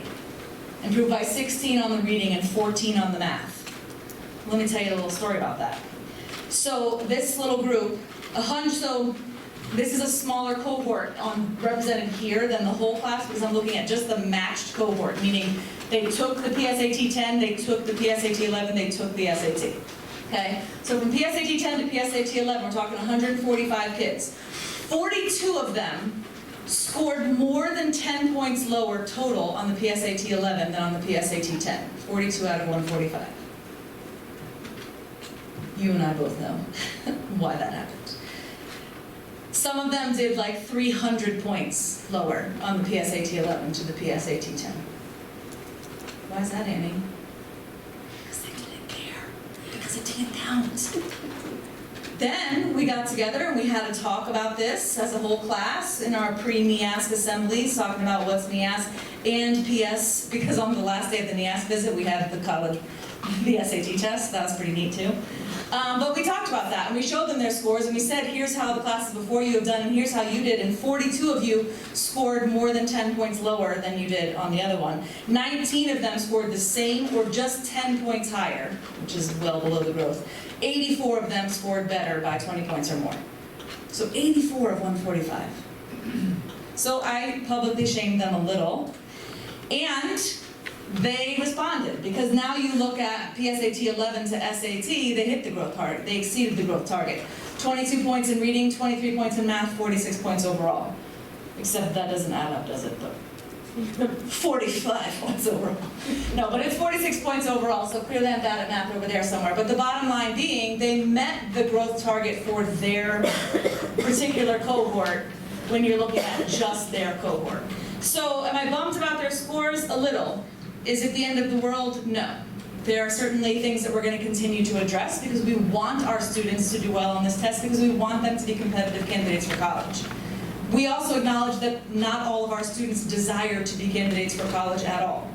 So how are we motivating them and showing them the ways that the things that are on the SAT are also applicable to the real world? So things that we're working on to improve our outcomes this coming year. We're continuing to do the SAT with grades 10 and 11. There is statistical evidence that shows that this improves their SAT scores. We're continuing to push that link of their College Board accounts to their Khan Academy accounts and using that personalized practice to help them improve. We already embed SAT items really straight from the College Board or ones that we pull from Khan Academy into English, Math, and Social Studies instruction and assessment. And we're adding some professional development and some work on this in science. And the reason why is this. So gone is the SAT of our youth, where you have all those analogies and the vocabulary. Nope, that's gone. The reading section of the SAT consists in its entirety of 5 long reading passages with questions in relation to those passages. The 5 passages are 2 social studies, 2 science, 1 either literature or informational text, English related.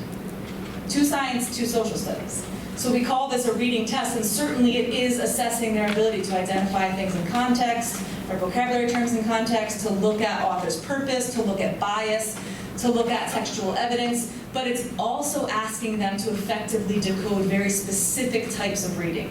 So while that's happening a lot in English and social studies, and there's plenty of reading going on in science, but are we asking them some of the same types of questions, asking them to manipulate that text in the same way that the test does? So we're going to work on that.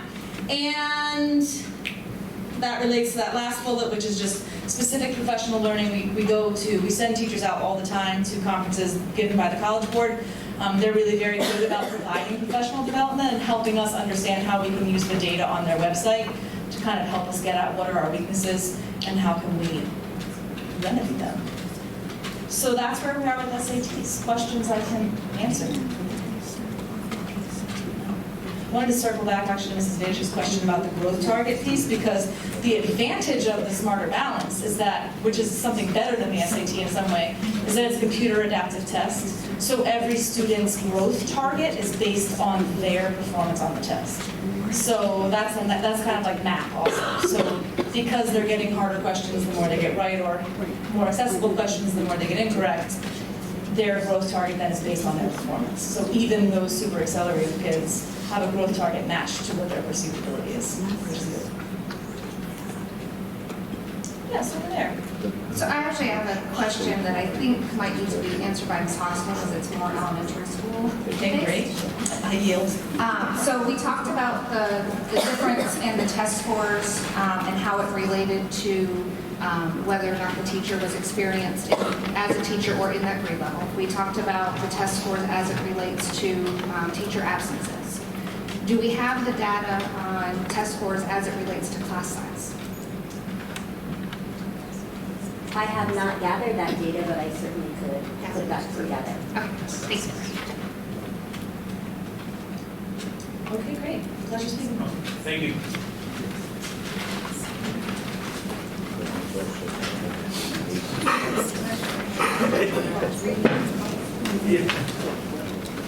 All right, thank you both again for that information. It's helpful. All right, thank you for everyone for sticking around. I know, well, it seems like a short agenda, a lot of topics to go through. So next item up, I will yield to Ms. Vidish, who will go through a series of 5 policies that are up for first readings. I'll let you hear this. Thank you. We aren't going to read them all. This is first reading, so opportunities for questions. We'll start with the smoking, tobacco usage, and possession of marijuana prohibited policy 1331. The policy committee went through, and basically this was updating our policy to include e-cigarettes and vaping and products that were probably not available when the policy was originally written. Any questions about this policy changes? All right, great. Seeing none, we'll move on to policy 4112.5 regarding security check and fingerprinting for personnel. This is just updating that anyone involved with students should have a background check and fingerprinting. Any questions about this policy? Great. Moving on to policy 5113. This is absence and truancy. It is quite a long policy, so we spent quite a bit of time going through this to make sure that everything was consistent throughout. Basically defining a chronically absent child as being someone who's missing more than 10% of the school year, what an excused absence is, that documentation needs to be received from the parent. An email is still not acceptable, but through a letter or phone call. That after 10 unexcused absences, make sure I get this right, 10 unexcused absences, the case would be referred to DCF.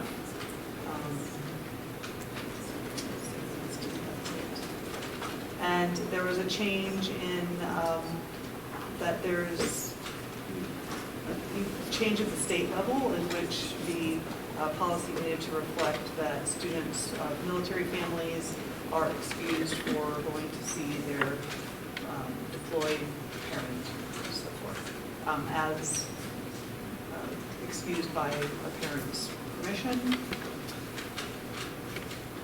Those are the major changes. Any questions about this policy? Oh, good. Someone read it. So, well, I'm going to ask my question anyway. So I just want to make sure that I understand, just to clarify, if a student is absent and a parent writes a note, does that automatically become an excused absence? That is an excused absence. Okay, so if you had a child with an illness whose parent was communicating with the school regarding their absence and they missed more than 10 days, that's not an example of something that would be reported to the Right, school. right. After 10 days, I believe they have to receive a doctor's note, though. Okay. In addition, the parent can't just continue to excuse it. At some point, it's detailed in here, I believe it's after 10 days. They have to get permission from, or a signed note from a doctor if they're missing because of illness, or from a court, if it's because of a court appearance that they're missing and they've already missed 10 days. I believe that's how it's written. Okay. So, but if the lines of communication are open. Right. Thank you.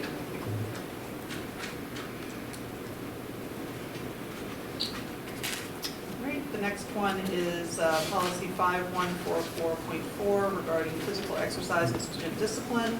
So this is updating the policy to ensure that recess cannot, or loss of recess cannot be used as a disciplinary measure, and also that physical activity cannot be used as a punishment for students.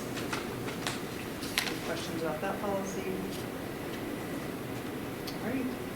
And then the last one is policy 6111. We realized that last board meeting when we set the date for the senior class graduation that we needed to update this policy to reflect the change in the state that allowed us to do that.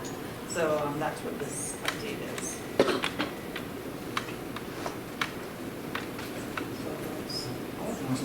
So we'll review them for second reading and vote next month. You got it. So to Ms. Vidish's point, so for new board members, again, policies go through 2 readings.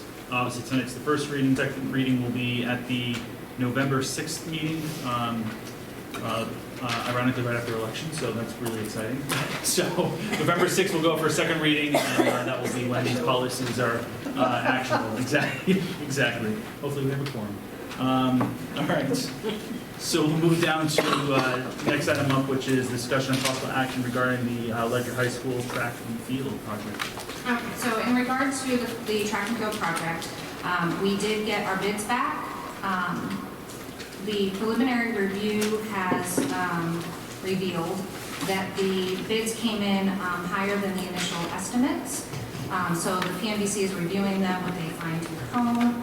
And at this time, we do recommend moving forward with the value engineering process. So that being said, I would like to make a motion to move forward with the Ledyard High School track and field project within the originally approved budget and proceed with the value engineering process. Second. Second by Mr. Bronner. Any discussion?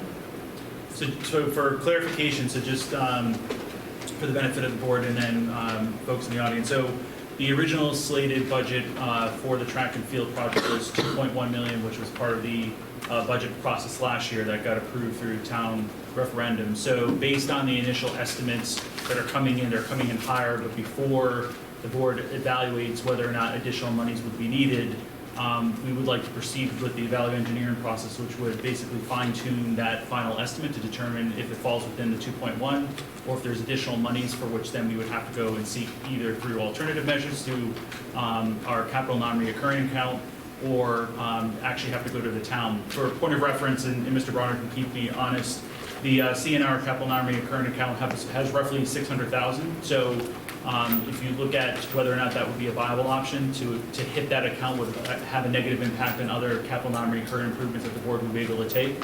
If we were to go down to the path of seeking funds from the town, there is a requirement within the town's budget process where if monies are in excess of 1% of the tax levy, so the town's budget's $38 million, so 1%, $380,000. If the board was to ask for money in excess of that, it would actually go beyond town to beyond the town council to the town for vote. So before we go down this path, we want to make sure we go through the value engineering process and then have a better assessment of what the final cost would be before we know we need to ask for more money. So that's just the backdrop of of why we're proceeding with the allocated budget, but with the value engineering process. Questions or further discussion, I should say? How does this impact the timeline?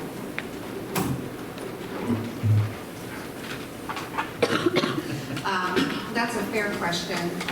Was that discussed at PMBC? So, as of right now, it doesn't, there's no effect whatsoever, because we just haven't, they're still going through planning and zoning too, so they're still working through all those aspects. So as of right now, everything is still status quo until we figure out what they're doing out there with the value engineering. I thought groundbreaking was supposed to happen before homecoming, and I know homecoming is now happening at home. So it's been pushed back at least a week. Do we know any more than that? It's still scheduled, still slated to be done before graduation. June 30th is the anticipated end date, but graduation is still anticipated beyond that. Right, so the, and actually this goes to the question earlier this evening. So the project is expected to be completely finished, like Bob said, by June 30th. It does not need to be completely finished in order for graduation to take place on our field at home. They do not anticipate any issues with having our field or the project completed to the point that we could host graduation on our intended, on our own home field. So I sincerely do not anticipate that that will be an issue. Yeah. So, from a timeline standpoint, absolutely, it's pushed. What changes is the type of work that'll happen in the spring. So if you remember when we talked about this, the majority of the earthwork would happen this fall. And then when we had our thaw out in the spring, that's when they would lay the product down and do all that. That'll push that time a little bit. But it shouldn't impact on graduation. But we are time sensitive. I mean, they have to get in the ground in early November, or we start pushing closer and closer to that time. I was, even on the best time frame, I was a little skeptical about the graduation, that the track would be, I knew the track would be paved, but I wasn't quite sure that the track would have its rubberized coating because of the temperature and dry weather and all those. You can't have wind when they put it down, so there's a larger window for that, whether the track is, rubberized before graduation or not is really where we are, and how it impacts the timeline. So we'll have to watch it very closely, but we're starting to push that timeline to get the earthwork done. But it doesn't need to be rubberized in order to Exactly. It's actually, I'd rather it than not walking over a brand new rubberized track. They're not going to rubberize it until our weather gets to a point where they can do that safely. So, I guess what I'm wondering though is if, we continue to, value the value engineering. Yes. Continue to do that. How long are we going to allow that process to go on before you have to make a decision about whether we're going back to ask for more money or so forth? We have to be breaking ground by what date before we can actually have this done this year? It's a tough question to answer cleanly because Mother Nature has a lot to do with that. So a few points. So when we say, so we've received the bids, which is the longest lead time. The architect / engineer and Mr. Donaldson met with each of the bidders. And the value engineering is really as part of the scope review. The bidders came in and said, hey, listen, if we approach this work differently, we can bring that price down. So what about this idea? And so what we're asking the engineer and the architects to do is take those ideas from the scope review and value engineer and give us the cost of what that's going to actually look like so that we can get some increased savings. And for us, if you've looked at that track, it is literally a bowl, and then we raised up the field and put all this curving in to address the sloping and all that stuff. I'm a layperson, so I'm kind of trying to explain this the best I can. The current design has a ton of fill being brought in, and the suggestion of the vendors was changing the way we do that work to bring down the cost of transporting fill and all that other stuff. So, we have our engineer. Do you want to explain some of those value engineering pieces, Eric just quickly? Sure.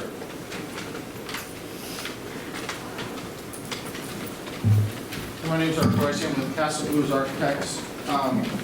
The value engineering has to do with the elevation of the track and the amount of soil that's getting excavated and taken out.